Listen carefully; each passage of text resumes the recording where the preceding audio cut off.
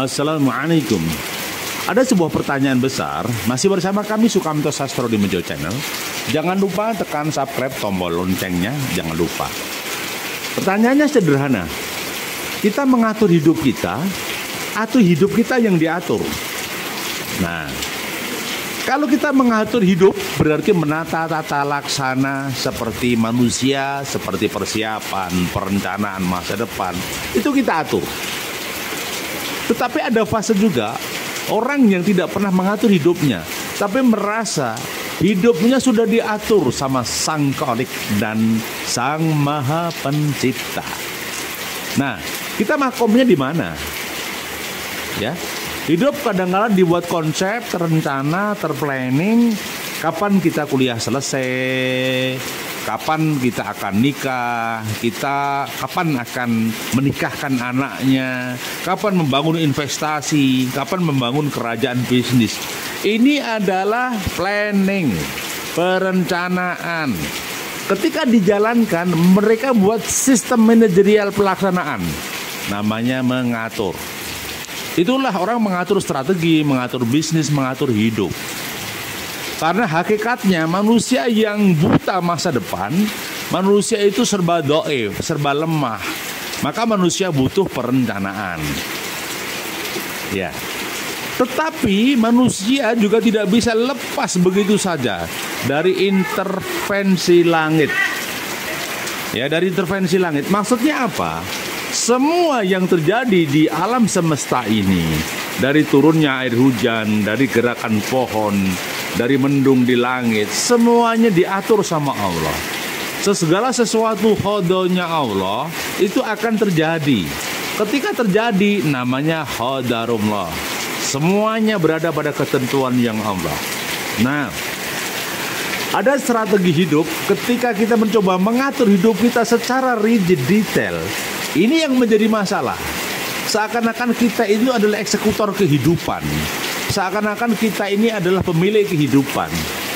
Seakan-akan kita itu, maaf ya, yang mempunyai jagat raya.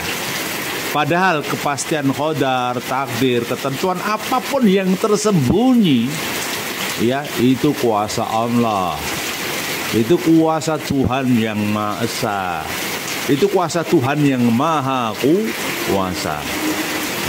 Maka yang harus dipikirkan adalah bagaimana mensinergikan planning kita, rencana kita sebagai hukum kausalitas, sebagai hukum sebab akibat. Karena apa? Kita tidak akan merubah nasib kita kalau kita tidak punya cita-cita. Dan Allah tidak merubah nasib manusia kalau manusia tidak berupaya berusaha mengubah nasibnya.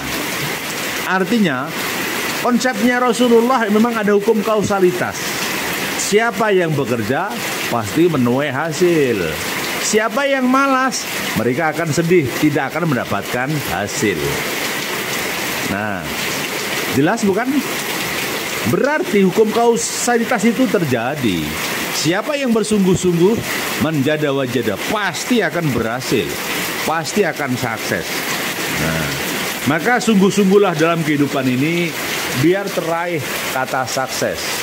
Kata kuncinya adalah kata kunci sukses. Itu yang terjadi kawan-kawan. Jadi sebuah keberhasilan harus direncanakan, tetapi memang kita tidak bisa intervensi ke langit. Dan di sela-sela usaha kita berdoa kepada Allah agar semua pekerjaan kita selesai. Semua kegiatan hidup ini sesuai dengan angan-angan dan rencana kita. Semua kegiatan hidup kita sesuai dengan pelaksanaan kita. Memang tidak mudah hidup ini, tetapi yakinlah semuanya akan berjalan baik-baik saja. Yakinlah semuanya akan berjalan aman-aman saja. Karena apa? Hidup itu pasti hidup itu pasti akan terlaksana. Tentunya bukan sesuai keinginan manusia, tetapi sesuai dengan keinginan Allah. Ya, ingat, hidup bukan keinginan hamba manusia, tapi hidup akan sesuai dengan keinginan Allah. Termasuk hari ini hujan yang amat deras, amat sangat deras, bukan keinginan hamba, tetapi sang pemilik langit sudah ngatur berapa curah hujan yang harus diguyurkan di muka bumi, berapa jumlah aliran hujan yang harus diguyurkan dan di kota mana. Itu yang terjadi. Terima kasih, semoga menjadi catatan permenungan bagi kita. Hukum kausalitas akan terjadi, tetapi semuanya tetap sumarah pasrah dengan Allah Subhanahu wa taala. Berdoa harus maksimal, berkarya harus maksimal, bekerja harus tuntas, berdoa pun harus tuntas dan lugas. Semoga bermanfaat. Masih bersama kami Sukamto Sastro di Bejo Channel. Assalamualaikum warahmatullahi wabarakatuh.